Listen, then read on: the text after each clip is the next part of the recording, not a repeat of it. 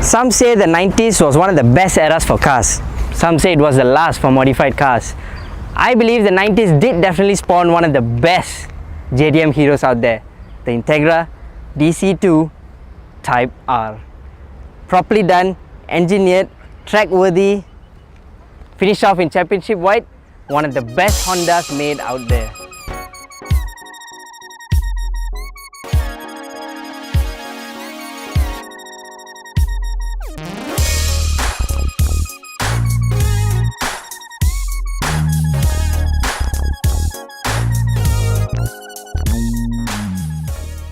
Okay, so the DC2, wait.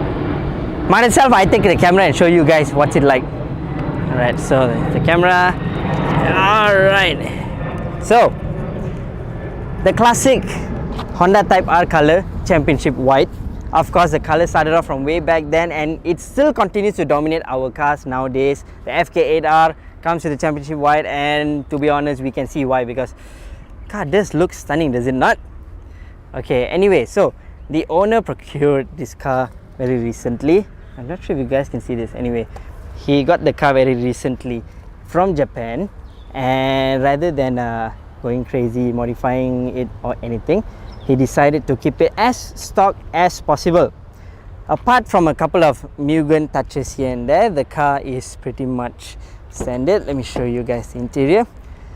The seats have been changed, and after the drive here, they are not the best for dailies, but I will tell you that they are very, very good if you were to hit the track or the toe gear, because they really hold you in place. Bright seats, custom rails and everything. Inside you have awesomely decked out Mugen dash. Look at that. I'm sure this is worth a lot. I'm not particularly a Honda fanboy, so I do not know the value of these things. Sorry guys, haters are gonna hate, but there you go. Very clean interior.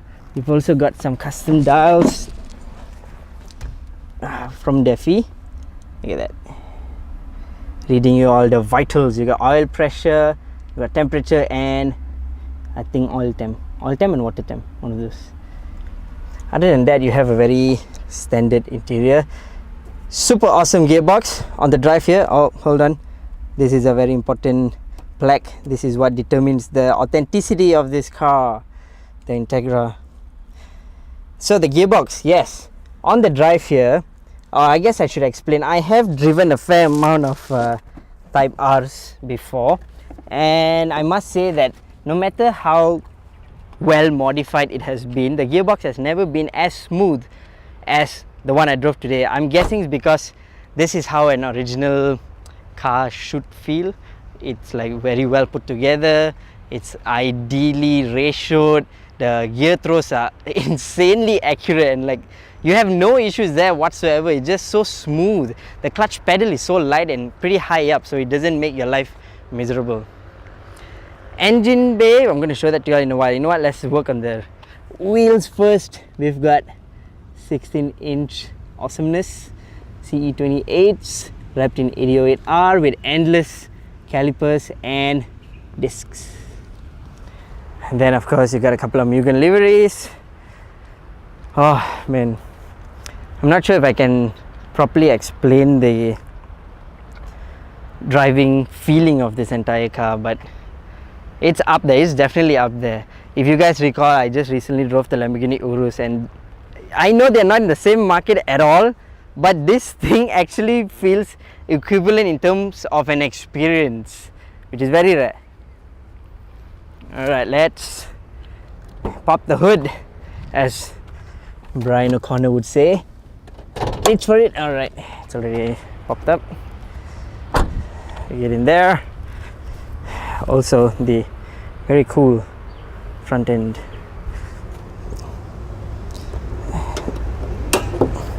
Holy Jesus, look at that. That is a gleaming, shining, amazing engine bay. My god. Okay, some details about the engine. This thing has been modified not in an extreme way to which it will change the character of the Type R, because Honda did put a lot of effort into making this car run amazing. So it's got some cams, it's got a proper extractor, stainless steel, as you can see, 4-1, and you got a Mugen intake and a Mugen built head. Oh, I'm just gonna let you guys take this in for a while because this thing is spotless.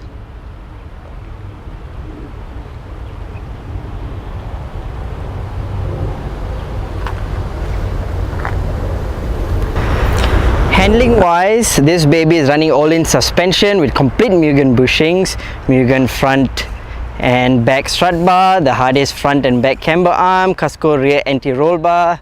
So this definitely knows how to handle. I wonder if we can get this car on the track someday. But there's a lot of people who would protest against that, because taking a mint condition baby like this into a track day is actually somewhat painful. Alright, so I'm riding in the white Integra right now. We're heading towards the photo shoot area.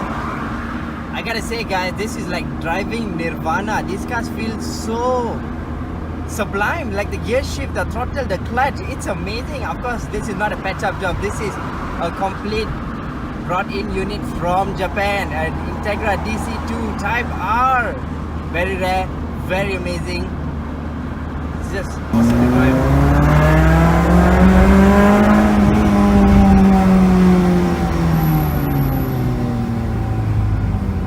This thing pulls, guys. This thing definitely pulls. And that's the most important plaque out there, makes this car so valuable. That's it. That's already from 5th to 4th. Like this. Like I know I haven't gotten used to it, so it still looks a bit messy. But you guys gotta drive it. This feels amazing. Okay, so we already did the white DC2 Type R. Now we have another car. There.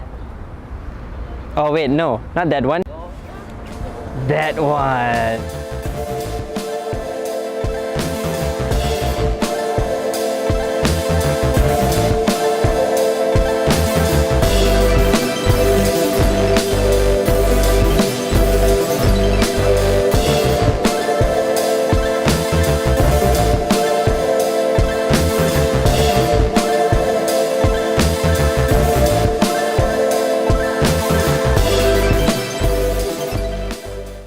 So this is the other DC2 Integra here, while the white one over there being shot by the model is a original Type R. This one is not, but this is technically a little bit more powerful. If I'm not mistaken, according to the owner, he quoted the dyno output at 215-ish kind of horsepower. So that is much more than the stock one. The stock one rates about 195 around there, about 20 horse, makes a big enough difference. So this one is very obviously more on a Spoon theme concept, as you can see by the color scheme and the stickers up there, and a lot more stickers over here. At the same time, you have the very cool setup of the Evo Regamaster rims and Spoon brake calipers. Check those babies out. Look at that. Big enough and definitely steady to stop the car with the speeds this thing flies. So when I was given the option to drive one of these cars here, the owner told me that the white one is actually easier to drive, because this one is a bit more on the, how can I put it, a bit more on the aggressive side. It has Spoon suspension, B20 block, which comes with the B18CR head, stage 2 skunk 2 cams, Comtech pulleys, skunk 2 valve springs, Spoon custom 3-inch exhaust, Spoon radiator, HKS oil cooler, Spoon 421 headers. This thing is really all out Spoon. Even the suspension is by Spoon and Jace Racing front camber arm, hard ace rear camber arms, allowing you to really fine tune and set up the car suspension. Inside you have a very personal touch. Let's check it out. Look at that. The Spoon theme continues inside as well with Recaro seats from Germany. These are not just wrapped in yellow. These are Recaro seats that were made in yellow color, and the owner had to ship it over from Germany from a left-hand drive car from over there. Other than that, we have equally functional yet not cluttered interior. Check that out.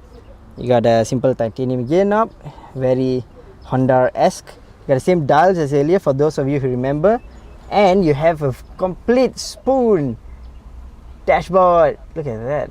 The instrument cluster is actually very fancy. I sort of prefer this over the original one, but then again, that's just my preference. So there you have it, guys. It's two cars, same body sort of, but completely different ways of building it according to Japan's highly respected tuners. And these cars at this point in time, all they're doing is appreciating value. While K20 swaps and K20 Civic Type R running on turbo now, and those things are getting famous, the B series block continues to stun us and prove that old school is actually still very much awesome. It is still showing us that it can compete with the modern technology nowadays, because B series showed us what VTECs can do way back then in the 80s and the 90s. This deserves some major respect.